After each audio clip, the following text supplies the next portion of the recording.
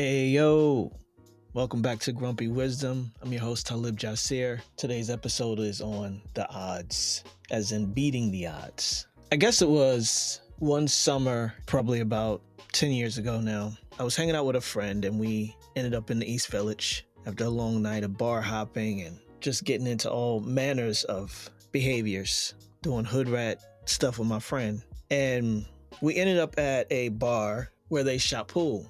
Now, we had played pool here several times, but this night was different. We had already done McDougal Street and these for $1 shots. They're a worse house whiskey. And this is before I became a beer connoisseur where, one, if it wasn't craft, I didn't want it.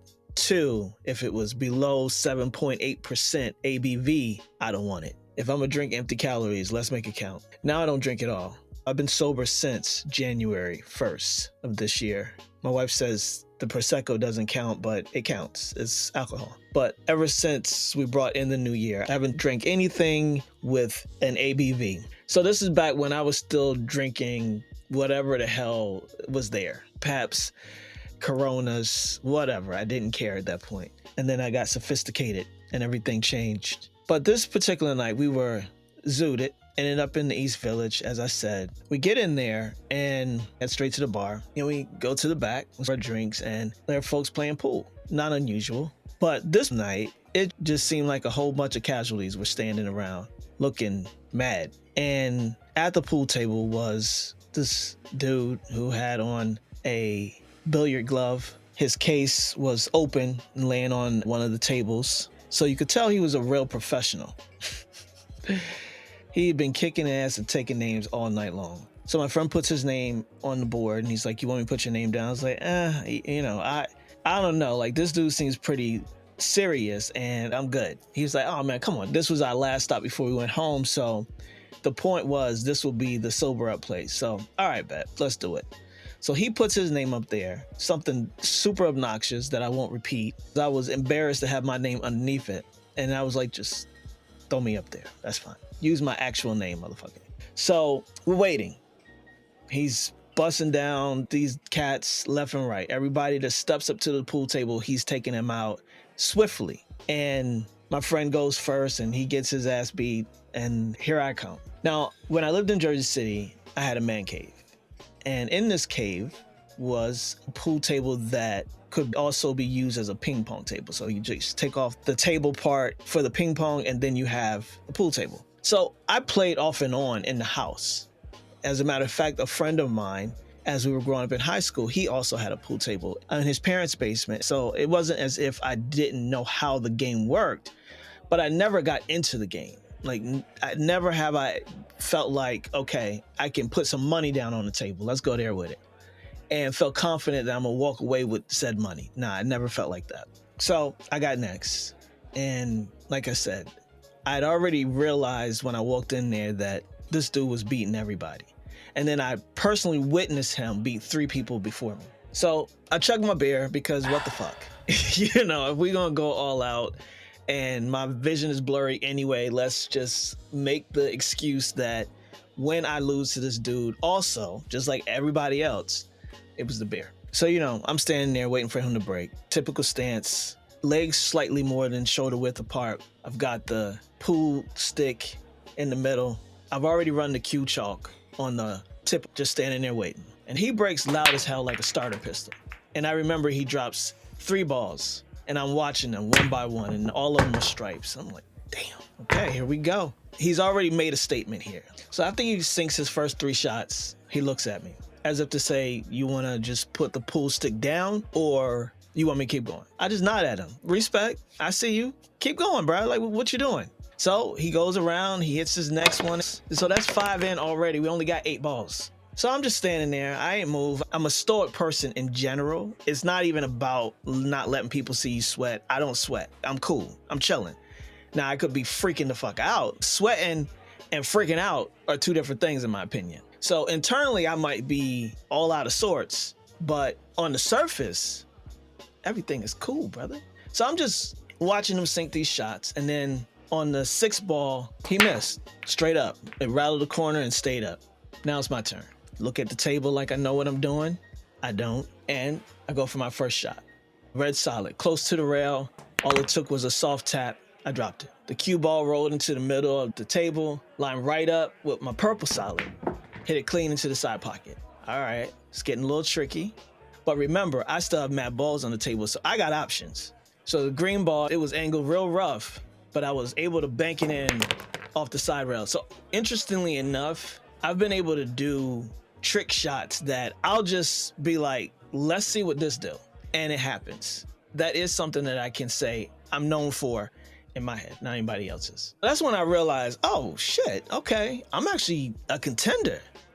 You know what I'm saying? Like, I don't respect non-contenders. So we always know when we are getting ready to do something like play ball and we find that solo cat that's out there and he's dribbling and you're like, okay, boom, he's random. I don't know him, he don't know me. And he starts and you're like, bro, why are you out here? Even if you're not the best basketball player, you know when you've got somebody that y'all just gonna be running around and chasing air balls. Ain't nobody feel like that today. So it's always good to have a contender and be a contender. So I'm feeling like, okay, boom, we finna square up. And then of course, the moment that cockiness went into my head, I missed the next ball. Because the first time he sank 5, at this point I have no chance. So now he's back up and he sank his stripe. Damn. And he tried to close it out with the same burgundy ball he missed before. And guess what? He missed again. So I'm back up. I see my orange solid, easiest shot, boom, corner pocket. Then we got the blue solid. That one barely made it in. I ain't gonna hold you. I was holding my breath for that one. But you heard it knock against the other balls, just sitting in there waiting on it. It fell. The burgundy, his arch nemesis, because remember, he's trying to get in the burgundy stripe. And now I got the burgundy solid, and it's a tough angle. It's a corner shot. You know those shots where you have to hit the cue ball so that it hits just the side of that ball that you're trying to get in and wish for the best. I probably walked around that table 3 times trying to figure out how I was going to angle myself because this was no easy shot. I almost was like, you know what, maybe you should just give up and look for another ball. It's not like you don't still have that yellow one over there, but nah, man. I'd already committed and studied this shot 4 different angles. Let me just go for it. So I hit it and it dropped. Then I go for the yellow, but this time the cue ball is not where it needs to be. And of course, I missed it. Now, he got 1 ball on the table. I got 1 ball on the table. This is a real game. And because he had beat everybody else's ass up in there, we had a whole audience. So now he's back and he wants to put me away. I ain't gonna say what the man's motives is. I don't know if he was trying to embarrass a brother. I don't know if he wanted to hit me with that pool stick or do one of them shots that made the ball come up off the table and hit me in my forehead. I don't know, but I could tell by his energy that he wanted to fight a little bit.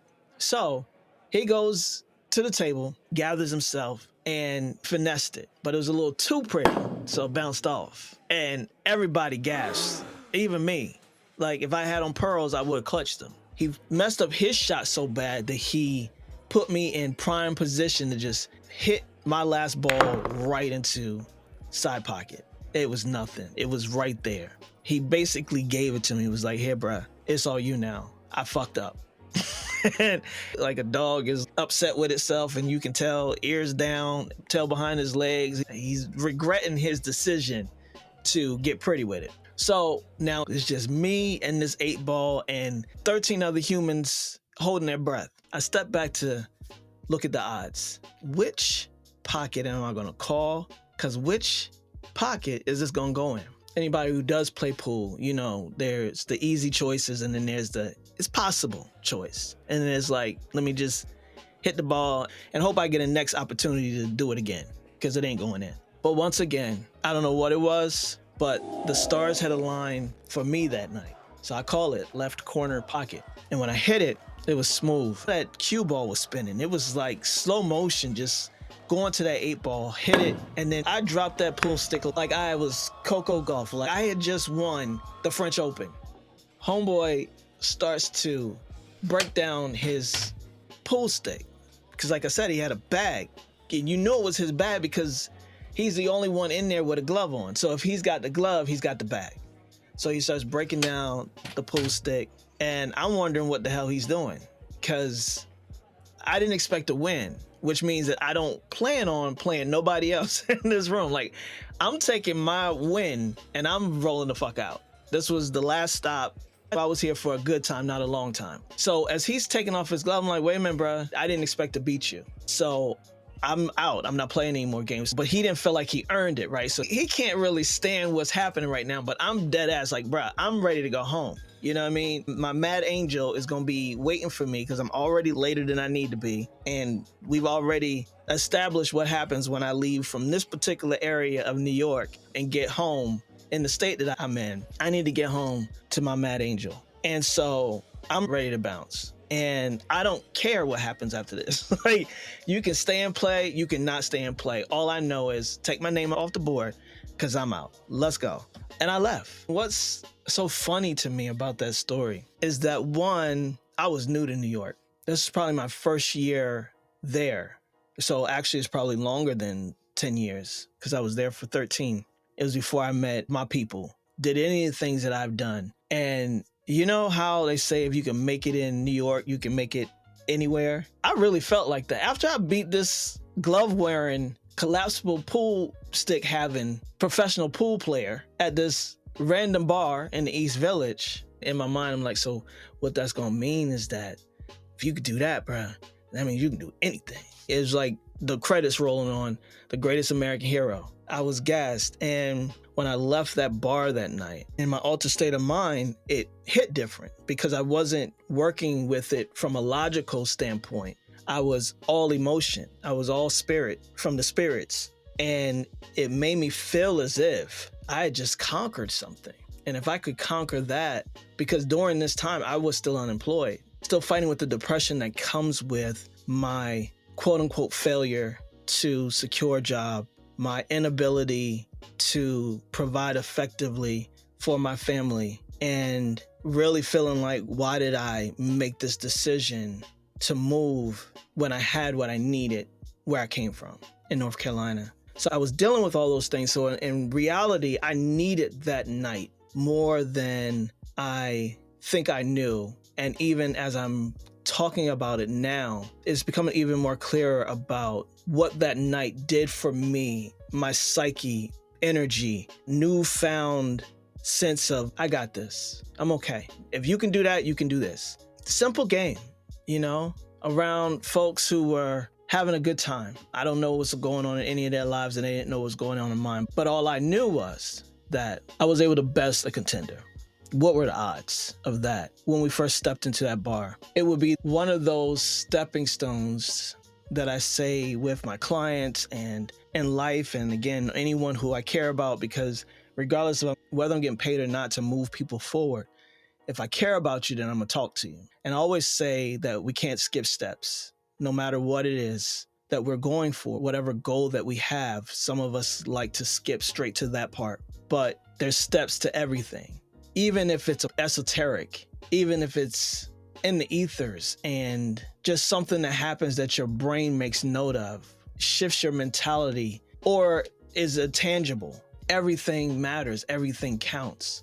I could have walked in the bar, saw homeboy with the glove on, the collapsible pool stick, the people who were hanging around looking defeated, and said, oh, don't even put my name on that board, bro. This is an impossible feat.